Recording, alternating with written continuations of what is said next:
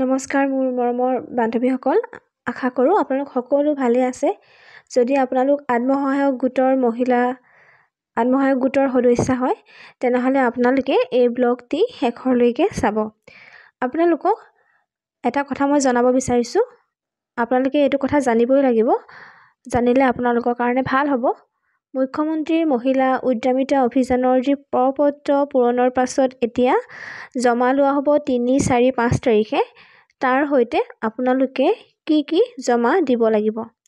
সেয়েহে মোৰ এই ব্লগটি আপোনালোকে মোৰ এই কথাখিনি গুৰুত্ব দি শুনিব, লগত আপোনালোকে সেইসমূহ ফৰ্ম জমা দিব আৰু তেতিয়া আপোনালোকৰ ফৰ্মবোৰ নাকচ নহয়। গতিকে আপোনাৰ যিখন MMU ফৰ্ম আছে সেইখন ভালদৰে লক্ষ্য কৰিব। সেইখন মই আপোনালোকৰ চহী কৰা, ক'ত কেনেদৰে কি লিখিব, ক'ৰ পৰা চাই কি লিখিব, কেনেদৰে ফটো মাৰিব, ইতিমধ্যে সকলো কথা কৈ বিতংভাৱে ভিডিঅ'বোৰ আগবঢ়াইছোঁ আৰু আপোনালোকে যথেষ্ট সঁহাৰি জনাই মোৰ ব্লগবোৰ চাইছে আৰু লাইক কমেণ্ট কৰিছে আৰু মোক আগুৱাই যোৱাত সহায় কৰিছে। গতিকে সকলোলৈ বহুত বহুত ধন্যবাদ। এইখিনিতে বাইদেউসকল মই আপোনালোকক জনাই থ'ব বিচাৰিছোঁ, এতিয়া MMUA যিখন ফৰ্ম, সেইখন ফৰ্ম আপোনালোকে যেতিয়া সখীসকলৰ হাতত জমা দিবলৈ যাব, লগত আপোনালোকে নিজৰ পাছবুকখন দিব আৰু আধাৰ কাৰ্ডখন দিব। যদি বিচাৰে ভোটাৰ কাৰ্ডখনো দিব পাৰে, কিন্তু বিজনেছ প্লেনখন দিবলৈ নাপাহৰিব।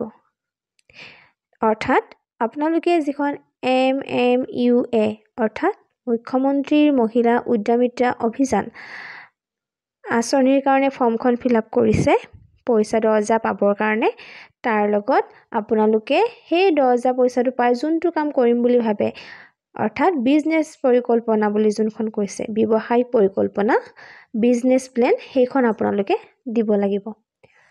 লগত আপোনালোকৰ নিজৰ ব্যক্তিগত পাছবুকখন দিব লাগিব আৰু আপোনালোকে তাত আধাৰ কাৰ্ডখনো দি দিব পাৰিব।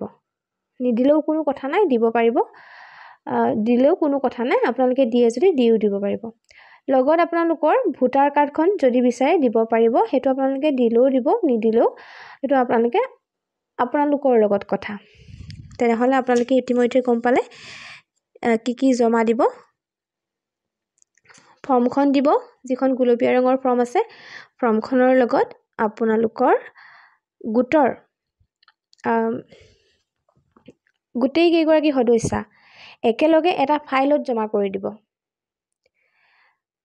ধৰি লওক আপোনালোকৰ গোটৰ 10 গৰাকী সদস্য আছে, 11 গৰাকী সদস্য আছে, যেইগৰাকী সদস্য আছে, গোটেই কেইগৰাকী সদস্যই এটা ফাইলত ধুনীয়াকৈ লিখি ওপৰত কভাৰ এটা লগাব। গোটৰ নাম লিখিব, ভিঅ'ৰ নাম লিখিব, গাঁৱৰ নাম লিখিব, পঞ্চায়তৰ নাম লিখিব। তাৰপিছত আপোনালোকে ভিঅ'লৈ লৈ যাব, য'ত আপোনালোকৰ প্ৰপত্ৰসমূহ জমা কৰিছে, তাত ধুনীয়াকৈ আপোনালোকে দি দিব। এতিয়া পুনৰবাৰ মই আপোনালোকক কৈ দিছোঁ স্পষ্টভাৱে কি জমা দিব লাগিব।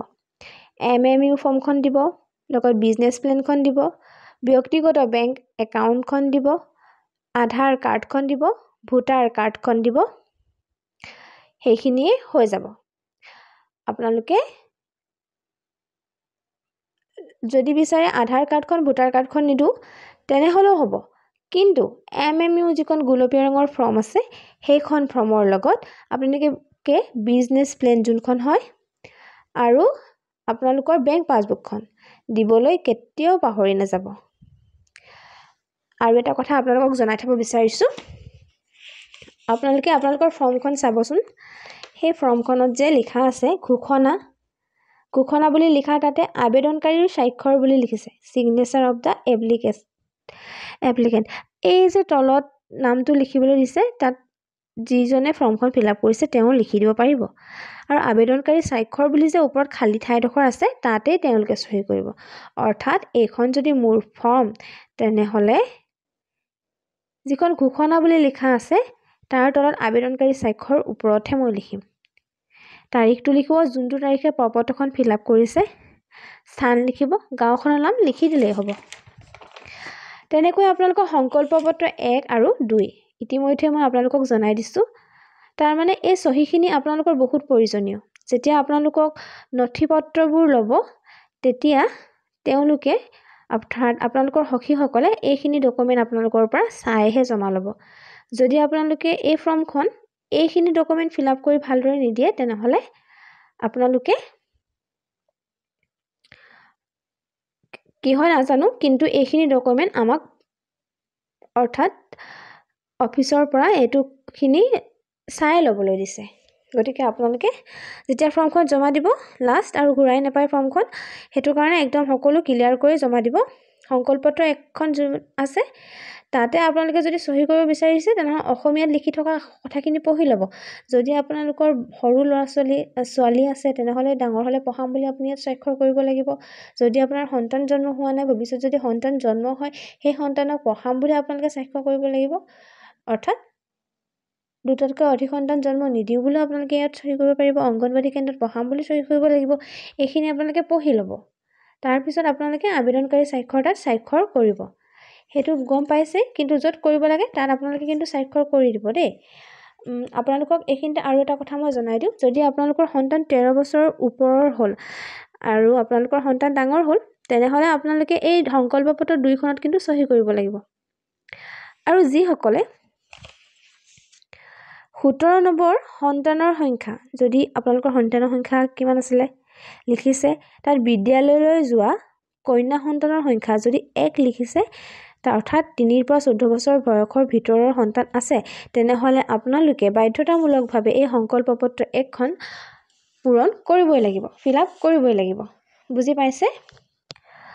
গম পাইছেনে? যদি আপোনালোকৰ সন্তান বা ছোৱালী সন্তান দেই, ল'ৰা সন্তানৰ কথা ইয়াত উল্লেখ কৰা নাই, 3 বছৰৰ পৰা 14 বছৰ 13 বছৰ 3 বছৰৰ পৰা 14 বছৰ ভিতৰৰ সন্তান আছে, কন্যা সন্তান, তেনেহ'লে আপোনালোকে ইয়াত চহী কৰিব লাগিব 1খন সংকল্পপত্ৰত দেই।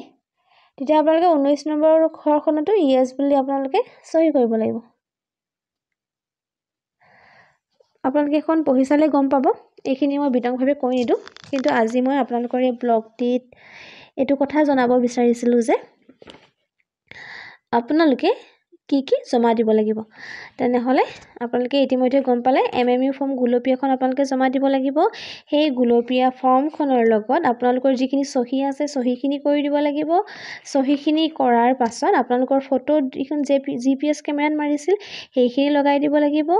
এখন দিব লাগিব আপোনালোকৰ বিজনেছ প্লেন যোনটো কাম কৰিব, আৰু এখন দিব লাগিব আপোনালোকৰ বেংক পাছবুক ব্যক্তিগতকে, আৰু এখন দিব লাগিব আপোনালোকৰ আধাৰ কাৰ্ড বা ভোটাৰ কাৰ্ড। দিব পাৰে, নিদিব পাৰে। অৰ্থাৎ MMU form, business plan, passbook ব্যক্তিগত আপোনালোকে দিবই লাগিব। তেনেহ'লে সকলোৱে 10,000 পইচাটো পাওক আৰু এই ফৰ্মবোৰ দিয়ক, য'ত চহী কৰিবলৈ কৰি দিয়ক, আৰু সকলোৱে এটা অন্যটি ব্লগৰ সৈতে আপোনালোকৰ ওচৰলৈ আহিম। আৰু ফাইলটো আপোনালোকে কেনেকৈ লিখি দিব, আপোনালোক সকলোৱে নিজৰ ফৰ্মসমূহ সুন্দৰভাৱে জমা দিব, এটা ফাইলত জমা দিব। আপোনালোকে এইখিনি কথা জানিব লাগে বুলি ভাবি মই আপোনালোকক জনাই দিছোঁ। আৰু তাৰপিছত নিজে সফল হওক যিসকলে আৰ্থিকভাৱে দুৰ্বল হৈ আছিল। চৰকাৰৰ এই আঁচনিখন সফল কৰি তোলক তাৰে কামনা কৰিছোঁ। এইকণ কথা ক'লোঁ। অন্যটি ব্লগৰ সৈতে লগ পাম। তেতিয়ালৈকে যিসকলে মোক ছাবস্ক্ৰাইব কৰা নাই তেওঁলোকে কৰি লওক আৰু কাষতে থকা বেল আইকনটো টিপি দিয়ক। Bye bye.